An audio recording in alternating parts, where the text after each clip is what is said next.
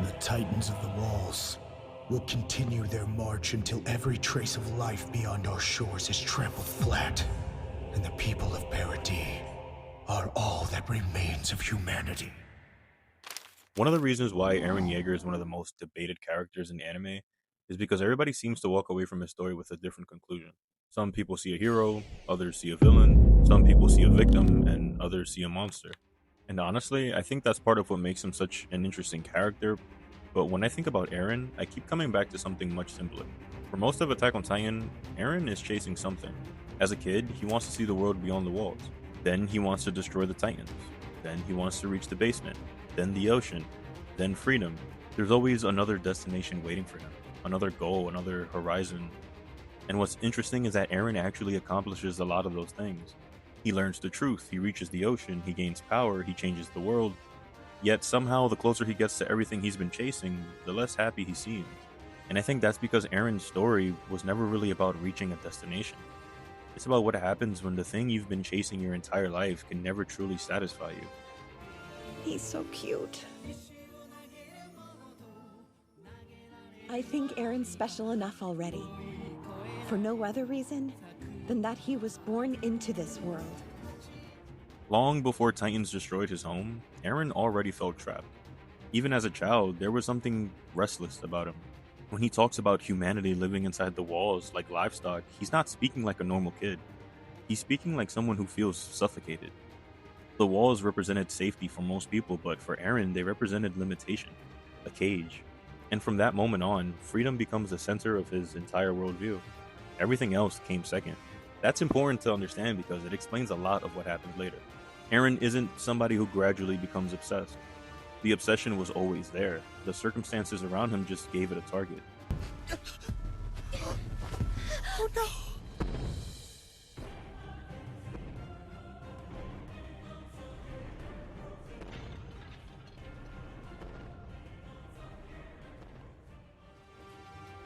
Then tragedy strikes. His mother dies, Titans destroy his home, and suddenly all of that frustration has somewhere to go.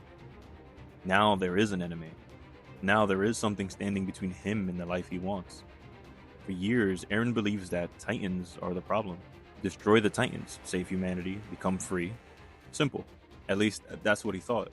The problem is that reality rarely works that way, because every time Eren reaches a goal, another question appears, another wall shows up, another obstacle takes its place.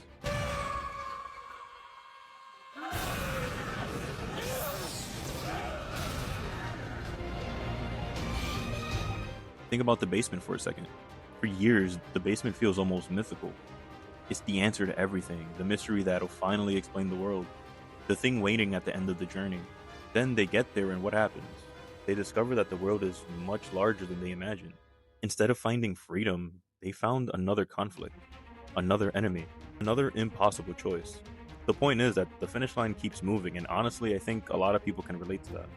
You convince yourself that everything will click once you reach a certain point, whether that's a promotion, a relationship, a goal, a dream. Then you get there and realize life keeps going. The answers aren't as simple as you hoped, and that's exactly what happens to Eren. Hey. If we did cross the sea, and we killed our enemies, after that, would we finally be free? If I had to pick one scene that captures Eren's entire character, it would probably be the ocean scene, because everybody else experiences that moment differently. Armin is overwhelmed, the others are excited, they're finally seeing something they only dreamed about. It's a beautiful moment, at least it should be. But Eren's reaction feels completely different. He's already looking past it, already thinking about what's next, already focused on the enemies waiting on the other side. The ocean was supposed to represent freedom, but instead it becomes proof that freedom is still out of reach. And that's where I think Eren's tragedy really begins. Because most people would celebrate, most people would allow themselves a moment of peace. Eren can't. His mind is always moving towards the next battle, the next problem, the next obstacle, the next thing standing in between him and the future he wants. I'll just keep moving forward. Till I killed my enemies.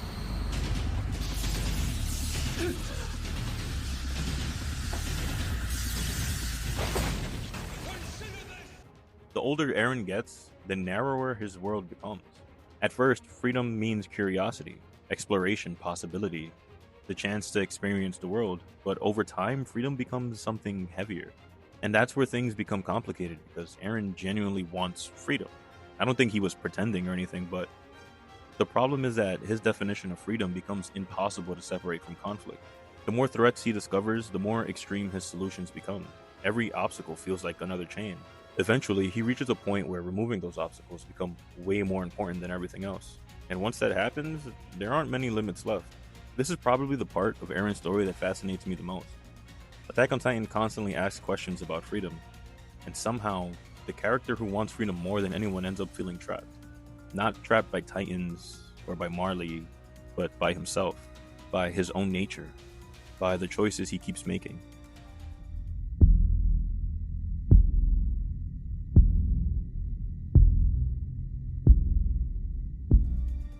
The future memories add another layer to this.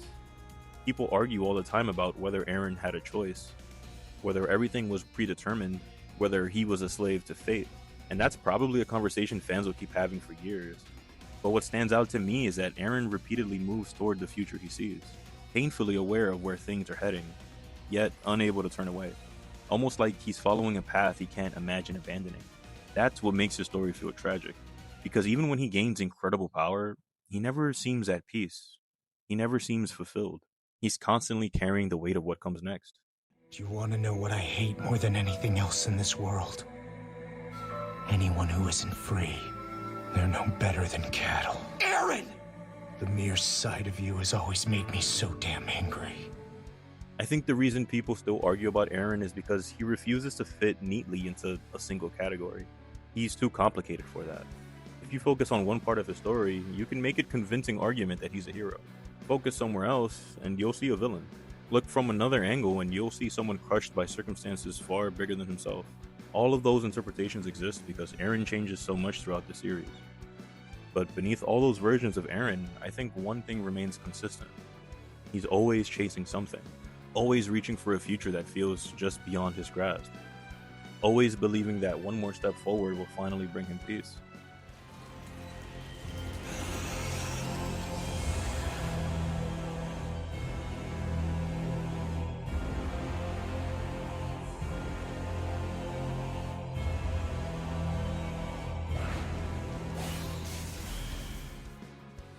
When people talk about Eren Yeager, the conversation usually revolves around the ending, the rumbling, the morality of his choices, whether he was right or wrong.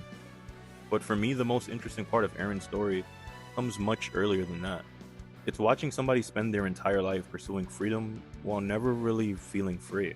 The walls fall, the truth is revealed, the ocean is reached, the world opens up, and somehow the feeling he's been chasing never arrives. That's why I always found Eren's story so tragic. Not because he failed. In a lot of ways, he succeeded.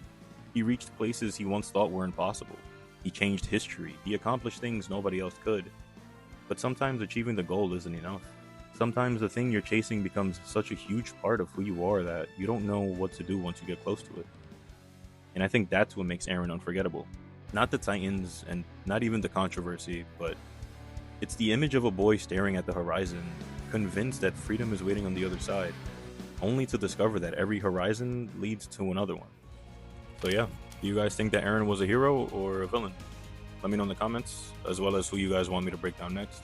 This is Anime Under the Surface, and I'll see you guys next week.